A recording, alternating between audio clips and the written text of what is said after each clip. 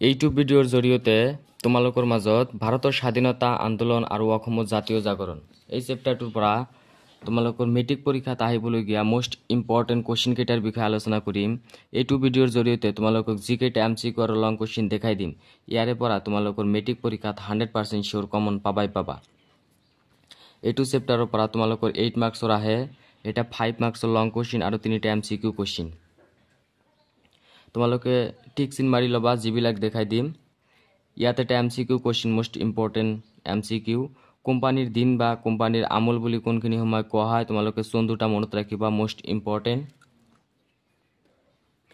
তাৰপিছত তোমালোকে 63 নং পৃষ্ঠা বাহিৰ কৰি লোৱা। 63 নং পৃষ্ঠাৰ পৰা চাবা জ্ঞান প্ৰদানী সভা কেতিয়া প্ৰতিষ্ঠা কৰা হৈছিল আৰু কোন দুজন ব্যক্তিৰ উদ্যোগত এই সভা প্ৰতিষ্ঠা হৈছিল। তোমালোকে ব্যক্তি দুজনৰ নাম মনত ৰাখিবা, আনন্দৰাম ঢেকিয়াল ফুকন আৰু গুণাভিৰাম বৰুৱাৰ উদ্যোগত। এইটো মোষ্ট ইম্পৰ্টেণ্ট। তাৰপিছত অসমৰ বিদ্যালয়ত কেতিয়াৰ পৰা বাংলা ভাষাৰ প্ৰচলন হৈছিল, এইটো মোষ্ট ইম্পৰ্টেণ্ট, তোমালোকে মনত ৰাখিবা 1836 চনৰ পৰা। তাৰপিছত অসমীয়া লিটাৰেৰী ছ'চাইটি নামৰ সংগঠন কোৱাত গঠিত হৈছিল, এইটো মনত ৰাখিবা, কলিকতাত, এইটো মোষ্ট ইম্পৰ্টেণ্ট। তাৰপিছত তোমালোকে এতিয়া 68 নং পৃষ্ঠা বাহিৰ কৰি লোৱা। 68 নং পৃষ্ঠাৰ পৰা চাবা অসমীয়া ভাষা উন্নত সাধনী সভা কেতিয়া গঠিত হৈছিল, তোমালোকে চনটো মনত ৰাখিবা, এইটো বহুত ইম্পৰ্টেণ্ট। তাৰপিছত তোমালোকে চাবা জোনাকীৰ প্ৰথম সম্পাদক কোন আছিল, তোমালোকে মনত ৰাখিবা চন্দ্ৰকুমাৰ আগৰৱালা, এইটো মোষ্ট ইম্পৰ্টেণ্ট। জোনাকী যুগৰ পৰা তোমালোকৰ এটা এমচিকিউ 100% শিওৰ আহিবই। জোনাকী যুগৰ ত্ৰিমূৰ্তি, তোমালোকে তিনিগৰাকী ব্যক্তি, এইটো মনত ৰাখিবা, হেমচন্দ্ৰ গোস্বামী, লক্ষ্মীনাথ বেজবৰুৱা আৰু চন্দ্ৰকুমাৰ আগৰৱালা, এইটো মোষ্ট ইম্পৰ্টেণ্ট, তোমালোকৰ এমচিকিউ কোৱেশ্চন। এনেকুৱাকৈ দিব যে তলৰ কোনগৰাকী ব্যক্তি জোনাকী যুগৰ ত্ৰিমূৰ্তি নহয়, তোমালোকৰ ইয়াৰ পৰা 3টা দিয়া থাকিব আৰু এটা বেলেগকৈ দিয়া থাকিব, তোমালোকে মনত ৰাখিবা, এইটো মোষ্ট ইম্পৰ্টেণ্ট। তাৰপিছত তোমালোকে এতিয়া 65 নং পৃষ্ঠা বাহিৰ কৰি লোৱা। 65 নং পৃষ্ঠাৰ পৰা চাবা অসম ছাত্ৰ সংমিলন কেতিয়া গঠিত হৈছিল, এইটো চনটো মনত ৰাখিবা, মোষ্ট ইম্পৰ্টেণ্ট। তাৰপিছত ছাত্ৰ সংমিলনৰ মুখপদ কি আছিল, তোমালোকে মনত ৰাখিবা, মিলন, এইটো মোষ্ট ইম্পৰ্টেণ্ট।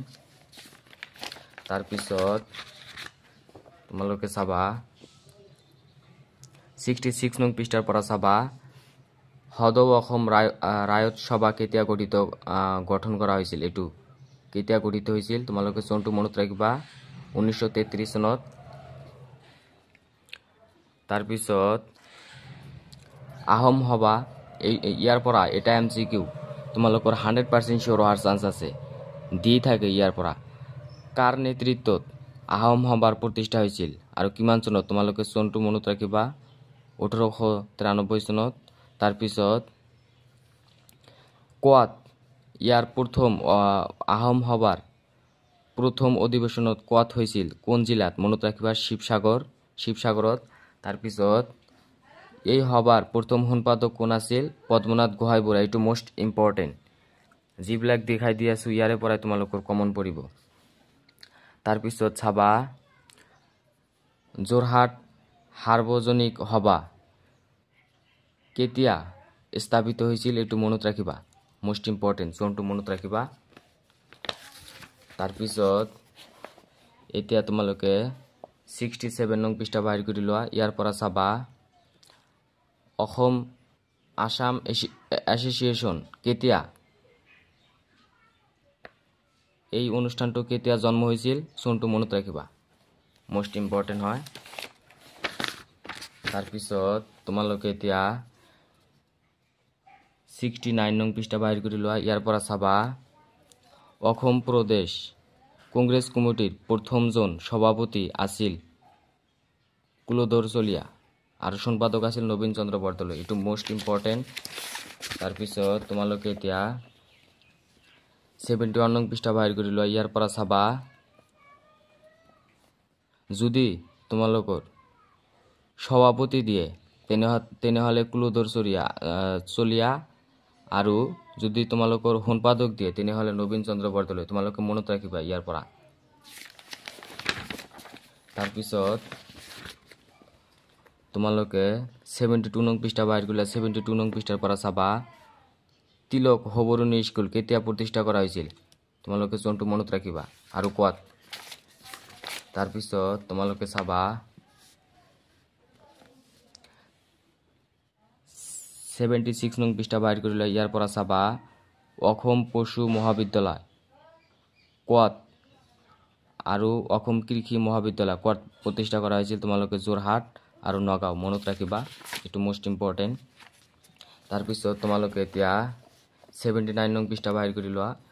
অনুশীলনীৰ পৰা তোমালোকে অতি চমুত্তৰ প্ৰশ্ন। ইয়াৰ পৰা চাবা 1 নংটো চাবা, ইয়াৰ পৰা MCQ বনাই দিব। 1 নংটো চাবা, 2 নংটো চাবা, 3 নংটো চাবা, 4 নংটো চাবা, 7 নংটো চাবা, 8 নংটো চাবা, 11 নংটো চাবা, 12 নংটো চাবা, 13 নংটো চাবা আৰু 14 নংটো চাবা। তাৰপিছত তোমালোকে দীঘল উত্তৰৰ প্ৰশ্ন ইয়াৰ পৰা চাবা তোমালোকে 1 নংটো চাবা মোষ্ট ইম্পৰ্টেণ্ট। তাৰপিছত 4 নংটো চাবা, এইটো ইম্পৰ্টেণ্ট। তাৰপিছত 8 নংটো চাবা, 9 নংটো চাবা আৰু 10 নংটো চাবা। তোমালোকৰ ইয়াৰ পৰা এটা 100% শিওৰ এই তিনিটাৰ পৰা এটা আহিব। অসহযোগ আন্দোলন আৰু আইন অমান্য আন্দোলন আৰু ভাৰত ত্যাগ আন্দোলন, ইয়াৰ পৰা এটা 100% শিওৰ আহিব। তাৰপিছত 11 নংটো চাবা। এইটো ভিডিঅ'ৰ জৰিয়তে তোমালোকক যিকেইটা কোশ্চিন MCQ আৰু লং কোশ্চিন দেখাই দিলো, ইয়াৰে পৰা তোমালোকৰ কমন পাবা। যদি তোমালোকে মোৰ চেনেলত প্ৰথমবাৰৰ বাবে হোৱা চেনেলটো ছাবস্ক্ৰাইব কৰিবা।